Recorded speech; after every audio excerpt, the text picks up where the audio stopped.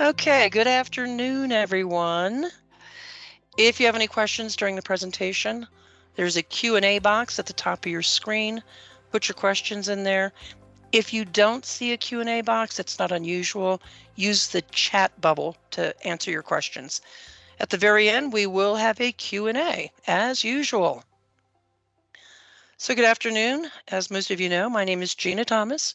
I'm the training manager at C&K Systems and your hostess for Training Bytes, a digestible approach to counterpoint training.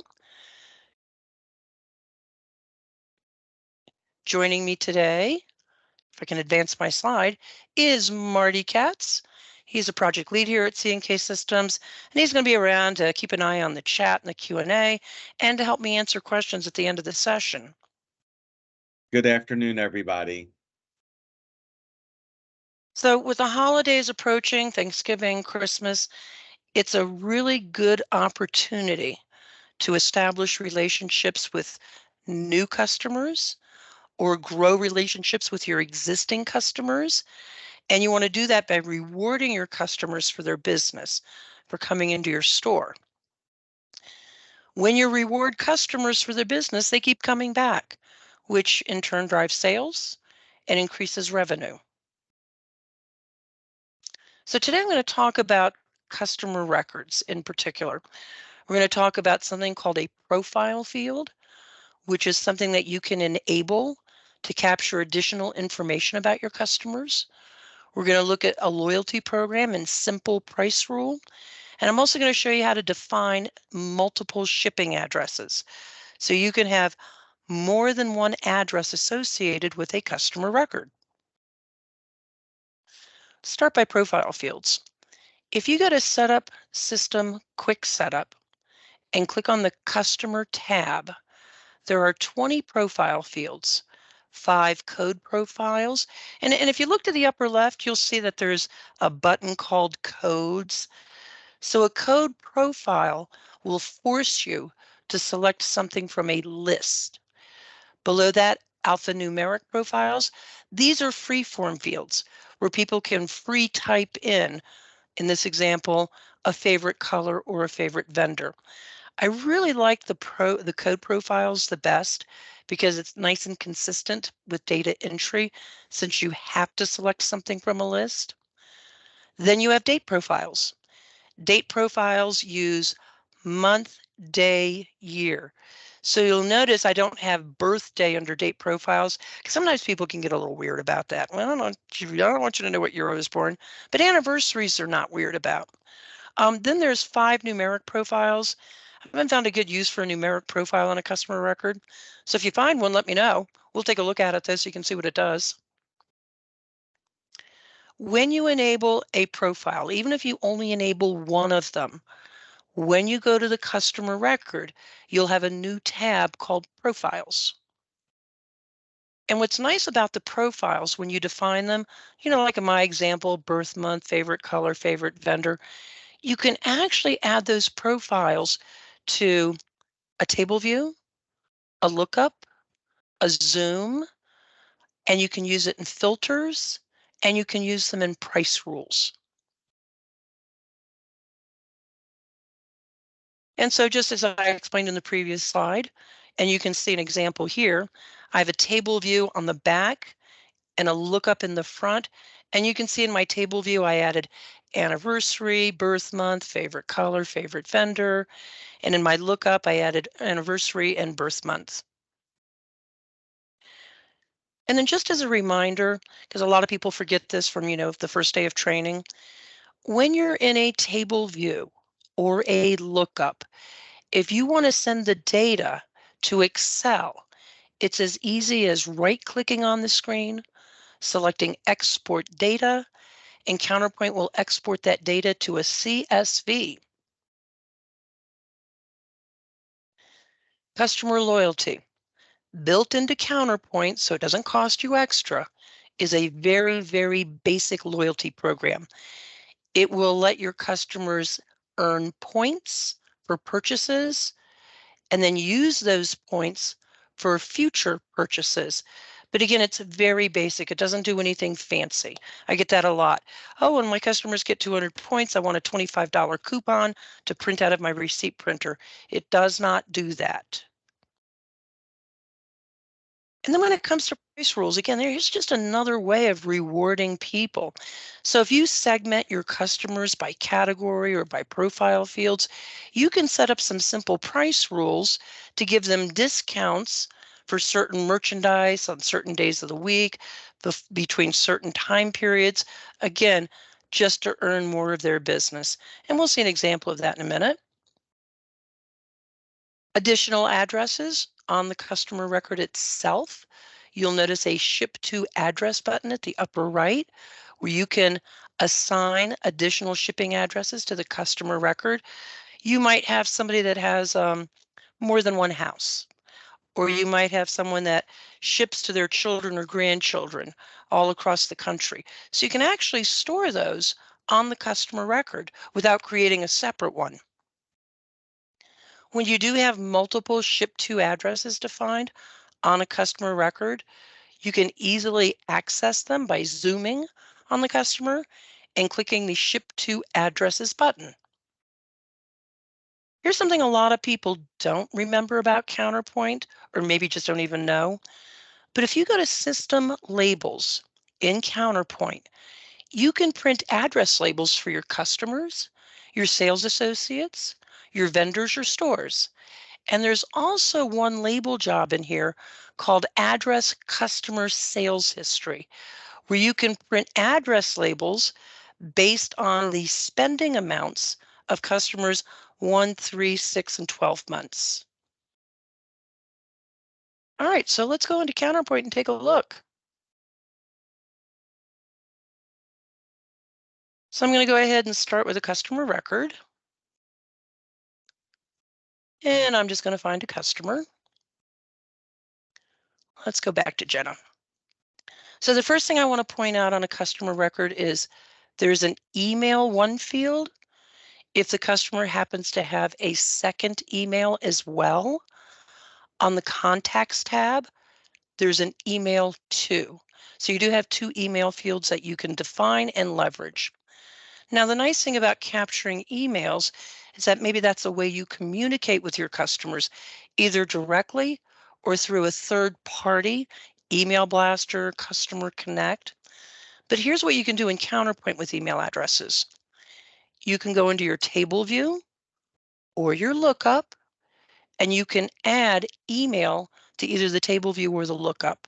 So again, column designer, easy, right click, column designer. I'm going to find my email one, which I scrolled past, double click, and click OK. So now I have an email field for all my customers in the customer list, but I want to refine it. I only want to see customers that actually have an email address. So if I come to the filter, I'm just going to right click on the filter to customize. Click here to add a condition. It's in really light blue. And then it just brings over the next random condition. So I have to click on that again, find email. And the parameter of is exactly, I'm going to replace this parameter with is not empty. And then when I click OK, I only have a list of customers with email addresses. And so from here, I could either, design this, maybe I don't need all this information in a spreadsheet. Maybe I only want name and email. So you can do that just by going into your column designer, adding or removing what you don't need. And then because I don't want to build this from scratch every single time I need a list of emails, I'm going to save this as one of my lookups. So I'm just going to go to Options, Save As. Now I'm not going to save it as the default.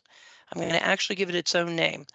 Email address list, and I'm going to click OK. So now typically when I go into my lookup, I see a default, but I can use this lookup to pull up my email address list. And here's what's nice about saving this kind of a lookup, or any lookup for that fact. Anytime I add a new customer to the database and they have an email address, it's automatically going to pop up in this lookup. I don't have to do anything special. I'm just going to set that back to my default lookup and click OK. Down here at the bottom of the customer record, this is a field you should be using. This is where you can segment your customers by assigning them to a category, which makes setting up a price rule to automatically discount merchandise very, very easy. So I'm just going to go into this lookup here. And so you can see I've got lots of categories. If I want to add a category, maybe I want to add a category for military. So that's easy. Just click on add, type what you want to call the category, press your enter key, give it a description. It's a little redundant. You end up typing the same thing twice in most cases. And now I have a military category. I'm going to send Jenna back to my senior category, though, I think is where she was. She wants to be a senior citizen. On the activity tab, this is where you assign a loyalty program to a customer. Now, on an existing customer record, it's a protected field. So if you have permissions, you'll see a master lock on your toolbar. You'll be able to unlock it and then assign the customer to a loyalty program. If it's a brand new customer that you're building, that field is already open and available. Profiles. This is where you can capture additional information. So I'm going to exit from here. And I'm going to show you where to set those up. Setup, system, quick setup, customers. So you can see here my code profiles, my alphanumeric, my dates, my numeric.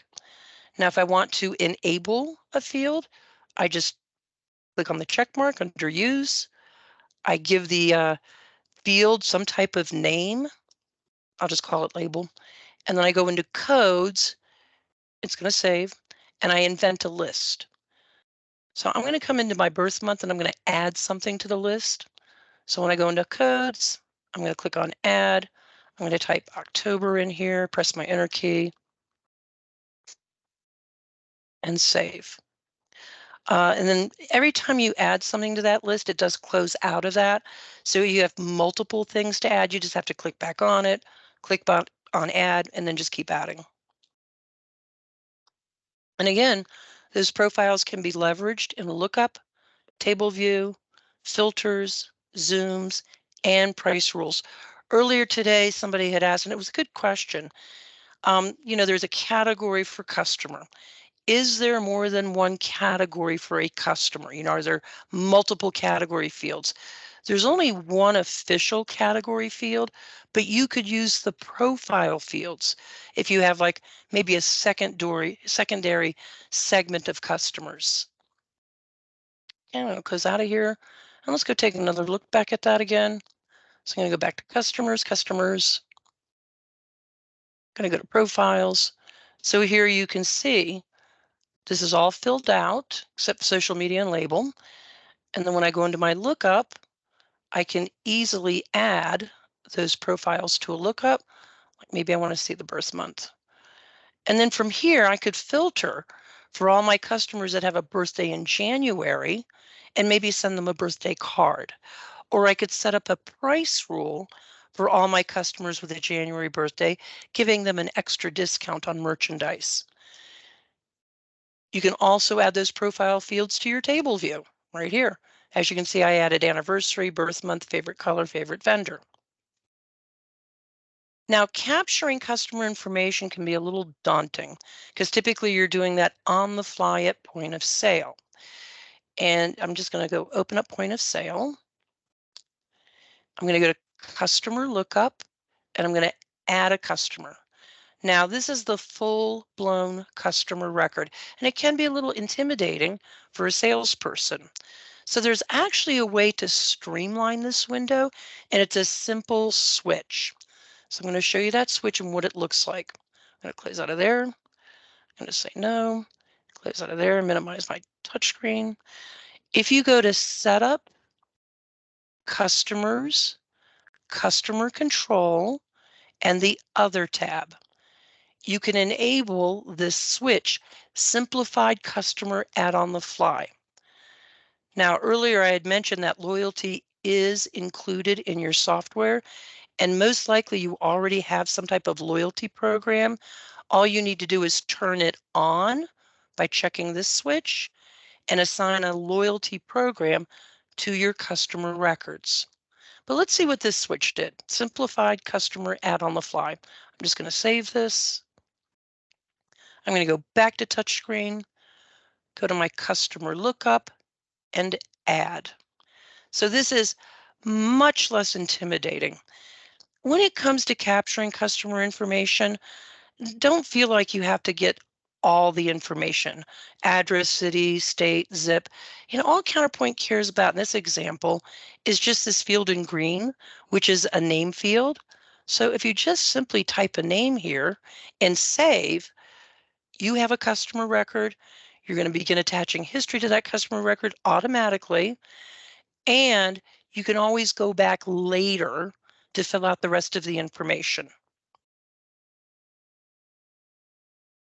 I strongly encourage those of you that have a lot of repeat business to capture customer information. And sometimes you get resistance from customers. I don't want to give you my name. Well, there's a benefit. If you give me your name, I can notify you about sales. If you give me your name, you might qualify for some extra discounts. If you give me your name, you'll never have to keep track of another receipt again because I'll always have it on file. So there's some good arguments for convincing people to give you their name. Okay, price rules. So I had mentioned, if you have categories or profile fields, you can leverage those in a price rule. Now I'm just going to do a very, very simple price rule. So I'm going to go to Inventory, Prices. I always do my price rules in contract prices. And for those of you that don't know what a price rule is, or this is the first time you've heard it, when you set up a price rule, it's your way of telling Counterpoint to automatically discount something based on the merchandise and or the customer, and or either one or both. That way, when you do want to sell something at a discount, you don't have to tell your salespeople. They don't have to think about it. Counterpoint's just going to do it automatically. So I'm going to come in here into contract prices. I'm going to make a contract price for my senior group. So I'm just going to retype on the group code line what I want to call this.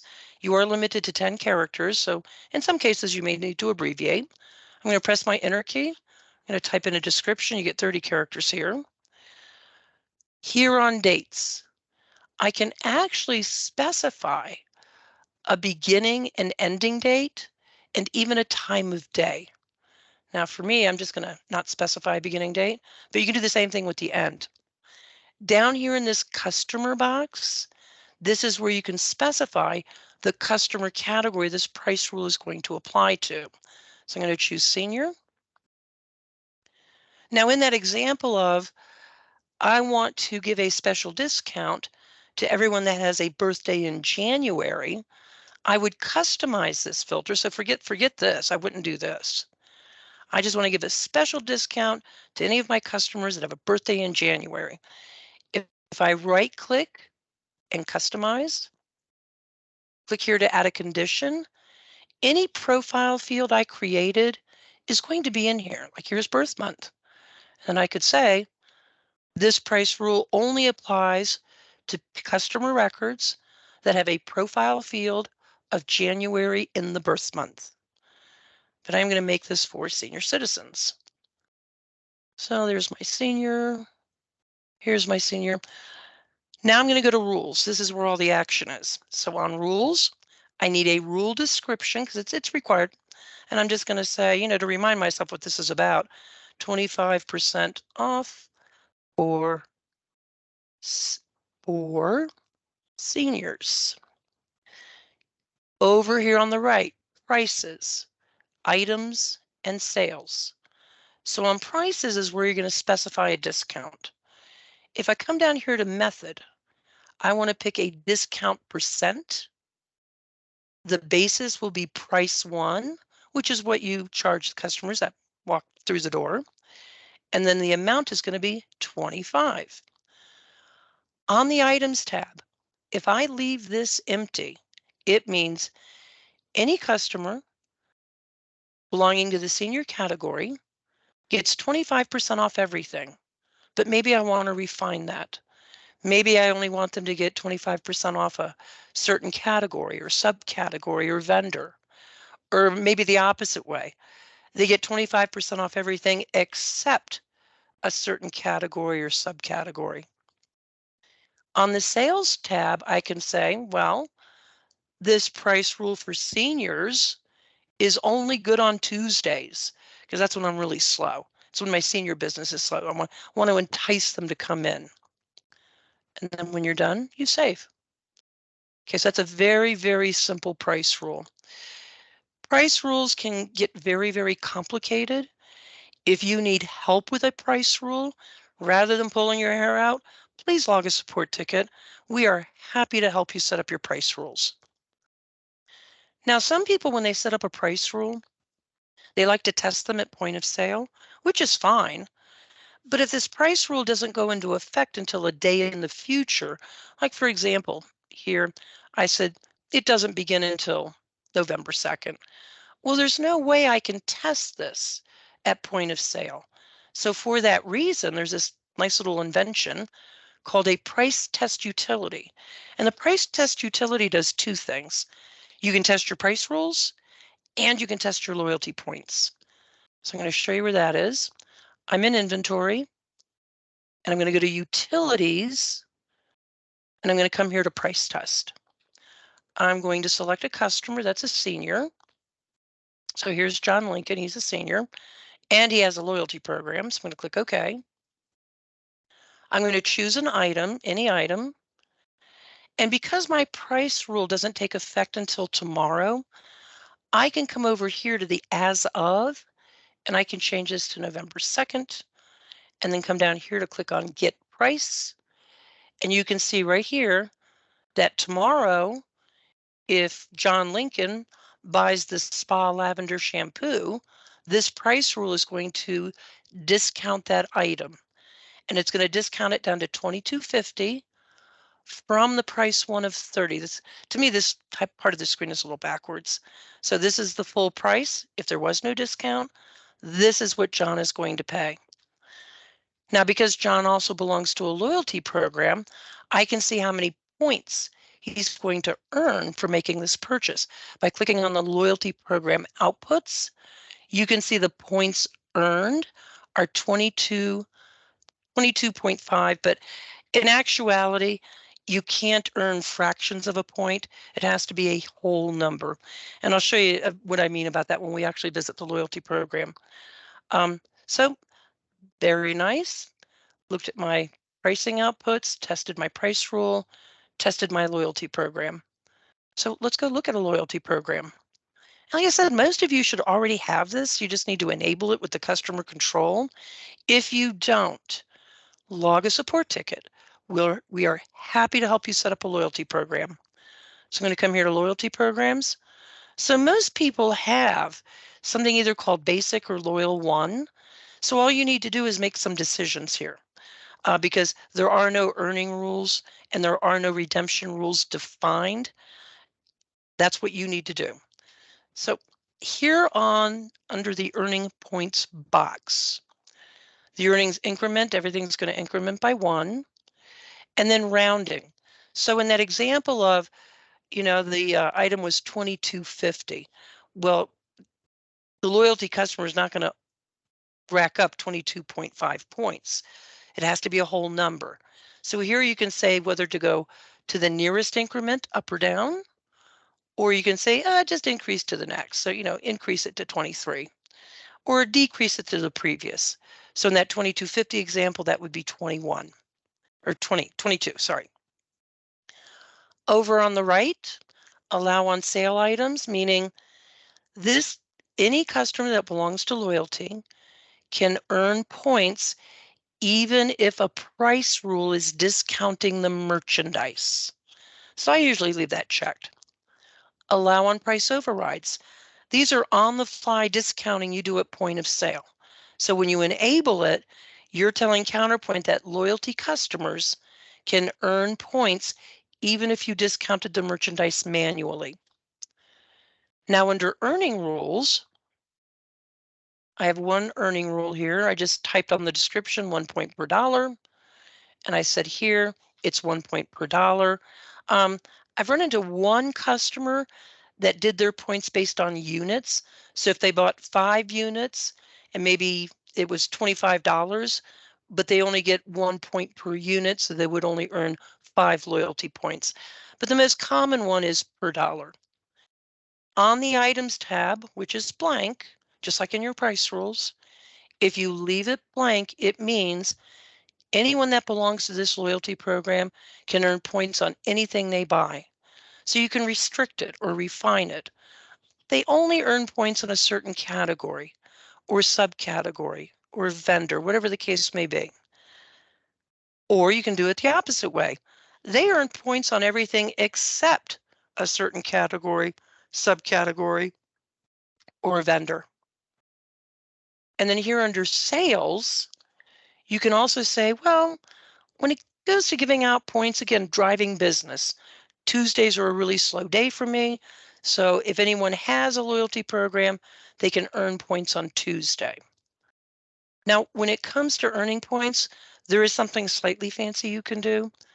So with this price rule, it's 1 point per dollar. But again, I'm trying to drive business on certain days because I'm slow on Tuesdays. So I'm going to have a second rule. And the second rule is going to be 2 point Tuesday. Come shop with me Tuesday. You get double the points. So points per dollar is 2. I'm going to let it apply to all items, but it's only good on Tuesday. And then I'm going to save. So now I have 2 rules up here. And you want to establish a group order. This is what I mean by that.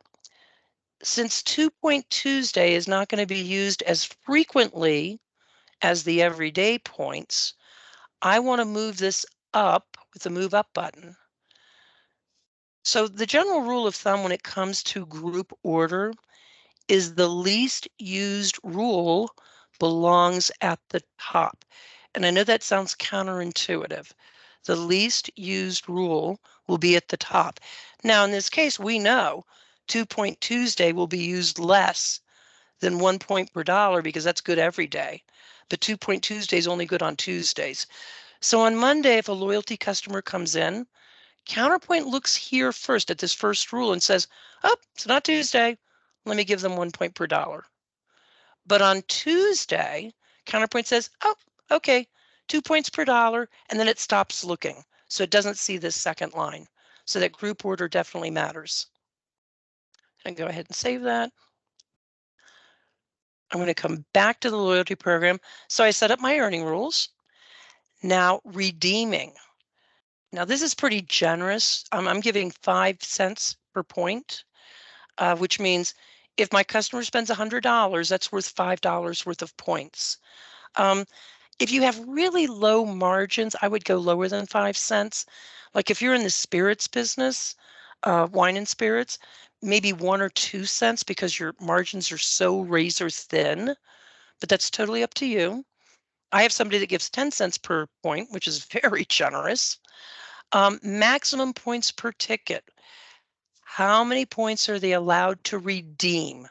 They're only allowed to redeem 100 points on a transaction, which I usually leave mine at 0. Give it a lot of flexibility.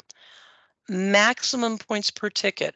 Well, when they use their points, they're only allowed to use 100 points per transaction. I usually leave mine at unlimited. Allow partial payment. I usually always enable that. That way, if the customer does have a lot of points and they want to use some of them, but not all of them, and maybe pay for part of the transaction with a credit card and a little bit of the transaction with a loyalty point, that switch will allow them to do that. Over to the right here, allow point redemption for obviously merchandise. You can allow point redemptions for gift cards, taxes, and miscellaneous charges. but I usually don't enable those. I usually just enable the merchandise. Redemption rules. So now we have rules for earning. Now we're going to have rules for redeeming. And again, I just set one up with a description of uses cash. If I leave the item filter blank, customers can redeem their points for anything in the store, but I can refine that by saying points are only good when you buy from a certain category or subcategory or vendor, or you can redeem points for any category except, or any subcategory except. And then we have a sales tab as well. Maybe you can only redeem your points on Tuesday. But if I leave it blank, they can redeem their points any day of the week. Okay, down here at the very bottom, earning while redeeming. I have some people that say, you know, if my customers are going to pay for something with loyalty points, they don't earn anything, nothing. Okay, and that's fine. However, if you want to be a little friendlier about it, you might click on reduce for redemptions and your multiplier will be the same value as your value per point. And here's what that does. Customer comes in and they spend $100. They have $5 in loyalty points that they're going to use. So we don't want them earning 100 points because they're paying $5 with points. So by having that reduced for redemptions, in that example, the customer will earn 95 points because they paid the $95 with a different tender other than loyalty. I'll just go ahead and save that. All right, let's talk about shipping. So I'm going to go back to a customer record and I'm going to find good old Jenna. So here's Jenna. Now I happen to know because I set Jenna up that she has more than one shipping address. So there's two ways I can look at it. You know, especially if I'm at point of sale, I would use the zoom. So if you use a zoom, go to ship to addresses and we can see she has 3 shipping addresses. I can also go to ship to addresses and table view or the lookup and see all her addresses. I'm going to flip through here. I'm going to get rid of this one. Okay. So let's say I come in here fresh. When I come in here fresh, notice the ship to address says default. If I don't change that name to something else, then whatever address I enter here will become the default that's suggested to me at point of sale. So in Counterpoint World, this address here on the main tab is considered a bill to address. Ship to address, if I leave it at default, Counterpoint's going to suggest the ship to address instead of the bill to address. If you don't have a default ship to address, Counterpoint will automatically suggest the bill to, or you can select the bill to. So I'm just going to leave it at default so you can see how it works. I'm going to press my enter key, Jenna default, and I'm just going to go ahead and put in an address. And my city is going to be Denver today. And I'm going to save. Now I'm going to show you what that looks like at point of sale. Okay, so if I choose Jenna, so I'm just going to keyword search Jenna there. And I go to ship to, it automatically selects the default address automatically. Now, if Jenna decides she wants it shipped to her bill to address, we can just copy bill to address. We get a message, say yes, and there's the bill to address in Tennessee. Or maybe Jenna wants this merchandise shipped to her house in Aspen. So if I go to the ship to address lookup, I will see all of Jenna's additional addresses. So I can just say, well, for this one, it's going to Aspen. And there you go. Ship to addresses. Take advantage of that. So when it comes to labels, address labels for customers, vendors, sales associates, if you go to System, Labels, and in this label job lookup, you can see there's address labels just for customers, Down here, you can see there's one for stores, there's one for users. Also note the stock that Counterpoint is using. This is out of the box. So your address labels, if you don't want anything customized, you want to use it out of the box, you need the Avery 5261. The address customer sales history is the one that you want to use to only print address labels for customers that have spent a certain amount of money within a certain time frame. So I'm going to click OK. And I'm going to say, their sales are at least $10 in the past month. I haven't rung that many sales. Now, if I click on printer preview right now, I'm going to get an address label for my walk-in customer or my default customer, my cash customer. So you might want to exclude that just so you don't waste a label. So it's pretty easy. I'm just going to right click, customize. I'm going to say customer is not exactly. I'm going to simplify my filter. I'm going to go into my lookup. I'm going to find my cash customer, which is my default,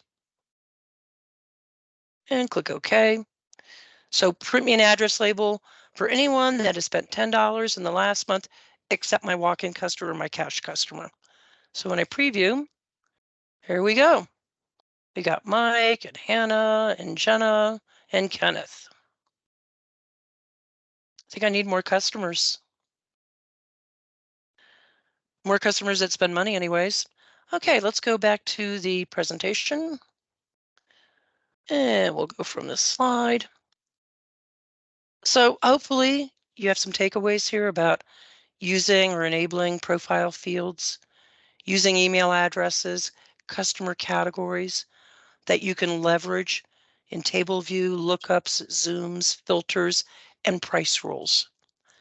Also, a basic loyalty program setup, a basic price rule setup. But again, if you need help, please log a support ticket because sometimes it can be a little difficult or a little confusing, and we're glad to help you. And also, hopefully you learned how to define additional shipping addresses.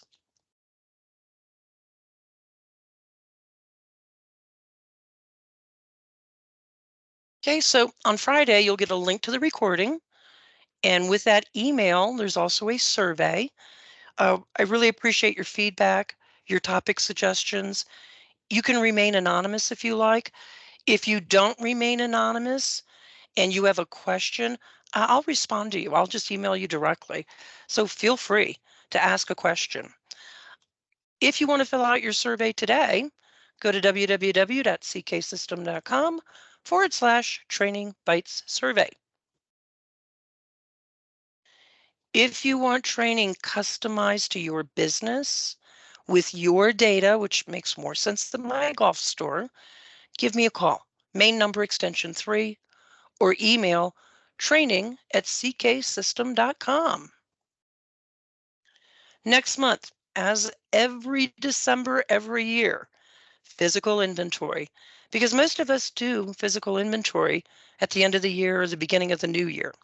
So on December the 6th, we're going to talk about preparing outside and inside of the software for physical inventory. We're going to talk about the actual steps and then how to run reports about your physical inventory, about your count. So make sure you join me on December the 6th.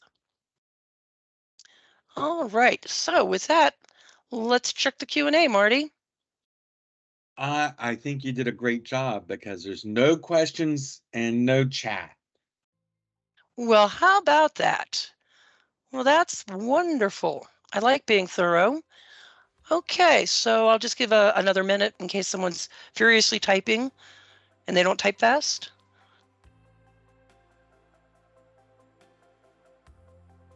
And I still don't see anything, so I think we're good. Yep, I just see old stuff in the Q&A. All right, everyone. Well, thank you so much for your time, and I'll see you in December.